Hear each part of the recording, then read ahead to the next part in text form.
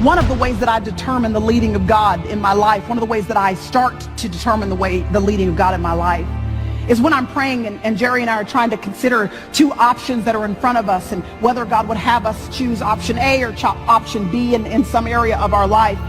If there is one in particular that I do not care for, I don't want to do that, don't want to go there, don't want to participate in that.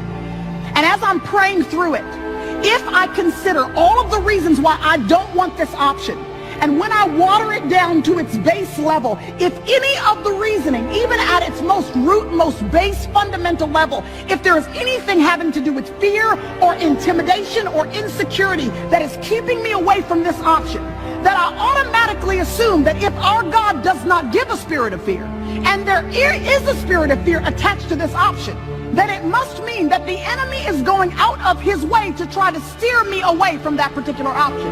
And if he's trying to keep me away from that particular option, he must know that there is a blessing in that option that he does not want me to have. And I don't know about y'all, but when I find out that the enemy is behind something, it causes a holy indignation to rise up on the inside of me. I want every single thing God has for me. What are you about to give up because you cannot see you?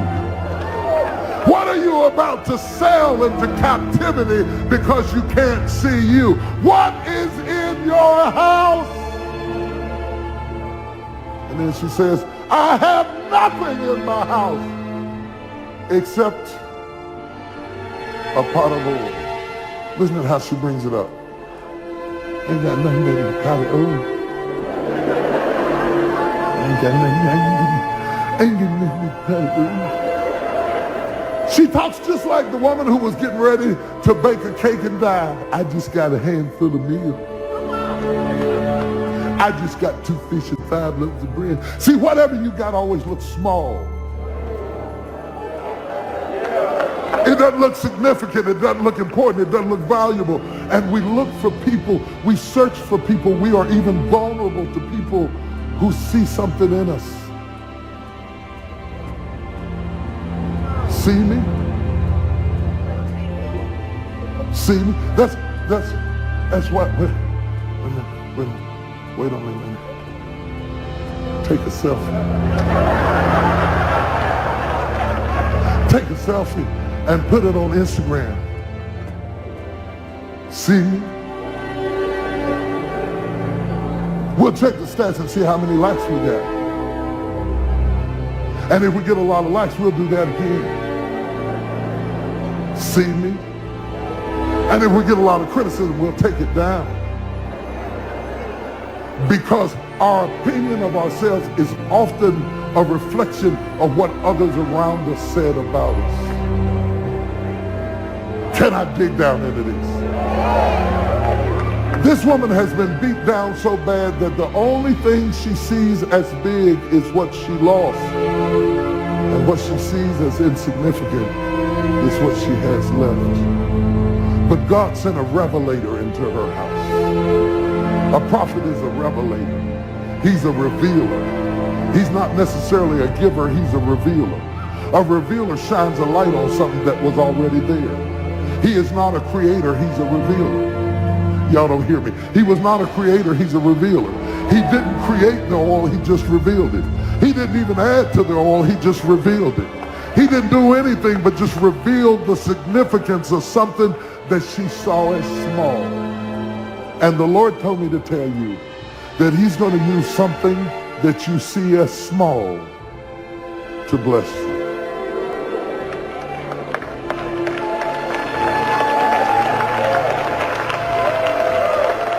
Well, what is it, Brother Jakes? I don't know. Inspect. You want everybody to hand you something on a silver platter, but you got to get your search on. He that hungers and thirsts shall be filled.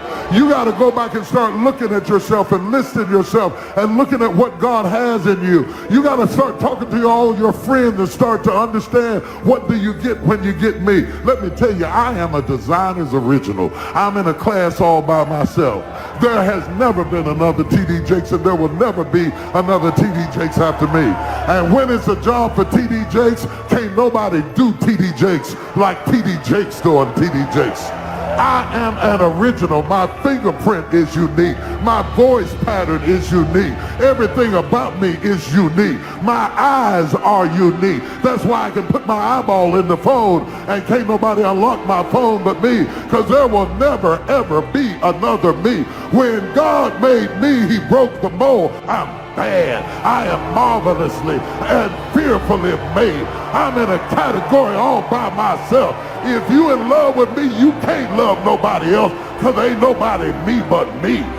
And so if you find that a spirit of fear is attaching itself to some specific area of your life, then you pray about that. You ask the Lord, is this a Red Sea that the enemy is trying to steer me clear of? Because he knows if I keep putting one foot in front of the other, if I cross through this thing, that on the other side is the milk and honey that you have planned for me. So do not be afraid. If you would have just believed that exactly what I wrote was exactly what I meant, I could have saved you so much time and so much energy and so much sweat if you would have just believed, if you would have just stood confidently on the fact that exactly what he wrote is exactly what he meant to be true for your life.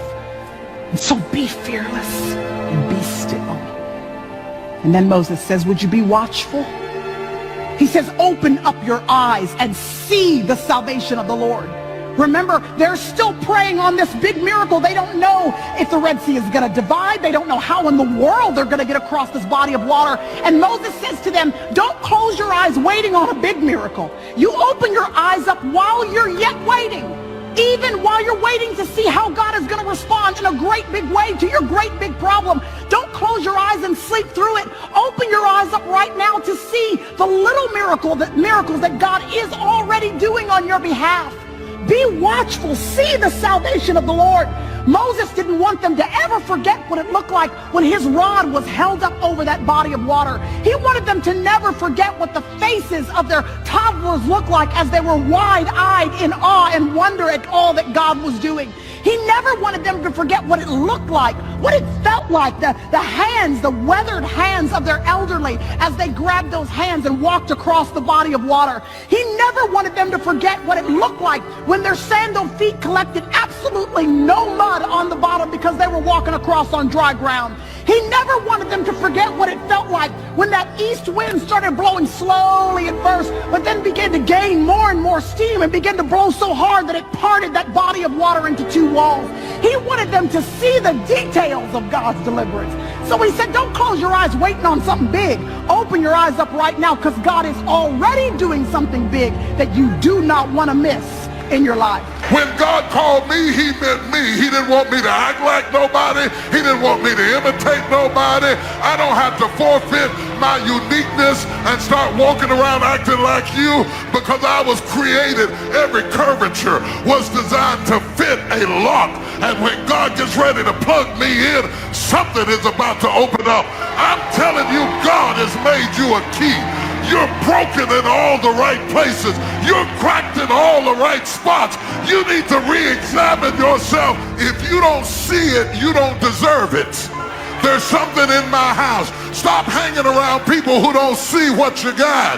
You need to be around people who reinforce that there's something in your house. All that left me couldn't stay, and all that stayed couldn't leave, because there's something in my house.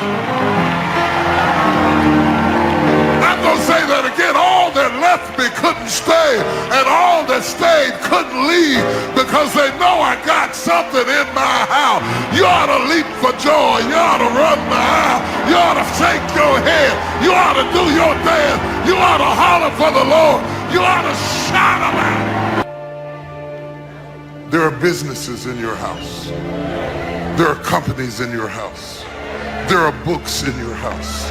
There are movies in your house. There's entrepreneurship in your house. There are ministries in your house. There are mission fields in your house. That's why the enemy's trying to rob you. Don't nobody try to rob somebody who doesn't have anything in the house. The enemy wouldn't come to kill, steal, and destroy if there wasn't something in your house. Why would he steal? Who burglarizes an empty house? You must have something, or you wouldn't be under attack. I want every saint of God in here that's been under attack to start thanking God that you got something worth still.